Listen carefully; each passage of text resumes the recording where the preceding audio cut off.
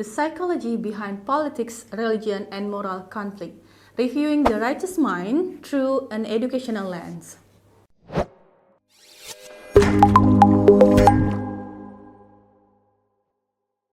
Have you even wondered why two intelligent people can read the same article, watch the same news, attend the same lecture, and still walk away believing completely opposite things? Or perhaps you've experienced this yourself. A discussion about politics suddenly becomes emotional. A conversation about religion turns into an argument. And no matter how much evidence each side presents, no one seems willing to change their mind. So, why does this happen? Is it because one side is irrational, or is there something much deeper happening inside the human mind? So, hello everyone, I'm Izzah, currently pursuing my master's degree in education at this university, UIII, specializing in education in a pluralistic society. So today, I'd like to review one of the most thought-provoking books I've read this year, The Righteous Mind, Why Good People are Divided by Politics and Religion by Jonathan Haidt. But instead of reviewing it simply as a psychology book, I like to explore it through my lens as a master's student in education. After reading this book, I realized that its insight extend far beyond politics and religion. They also offer valuable perspective on education, especially in understanding how people learn, think, and live together in diverse societies. So, why I choose this book?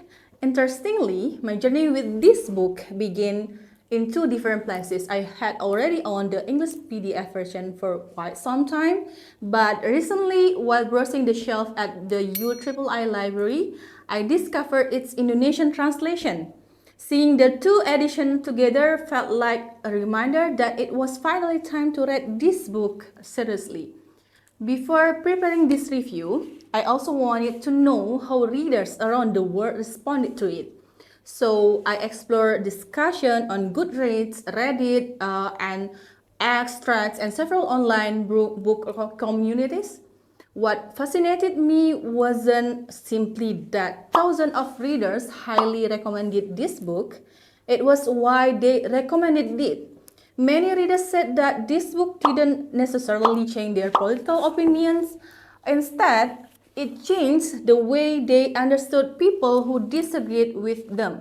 Some describe it as humbling, others said it made them less judgmental, and perhaps the most ironic part is this: even the readers couldn't completely agree about the book itself. Some praised Haidt's explanation as brilliant, others criticized him for oversimplifying politics or leaning toward conservative perspective. Ironically, the discussion surrounding the book became a perfect demonstration of books on central argument. Good people can sincerely disagree. So, when we are talking about the author, Jonathan Haidt is a social psychologist and professor at New York University. For decades, his research has focused on morality, political psychology, cultural differences, and why human beings disagree about issues that deeply care about. Rather than asking why bad people do bad things, Haidt asks a much more interesting question. Why do good people disagree so passionately about what is right? To answer that question, he combines psychology, neuroscience, anthropology, evolutionary biology, and philosophy into one remarkably accessible book. What is this book about? At first glance, the subtitle suggests that this book is about politics and religion, but after reading it, I believe that it's only the surface. This is actually a book about how the human mind makes moral judgments. Haidt argues that most of us like to imagine ourselves as rational thinkers. We believe we carefully examine evidence before reaching conclusions, but according to him, that is usually not how our minds work. One of his most famous statements appears early in the book. Intuitions come first, strategic reasoning second. In other words, we often feel first, then we think, and finally, we create reasons to justify what we already feel. This simple idea challenges one of the most biggest assumptions in modern education, that giving people more information automatically changes their minds. As someone studying education, this immediately caught my attention. If Haidt is right, then education cannot simply be about delivering knowledge. It must also understand how people develop moral intuitions, identities, and values.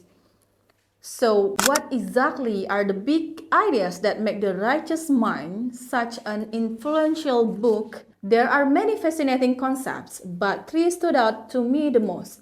And interestingly, each of them made me rethink not only politics and religion, but also the purpose of education itself.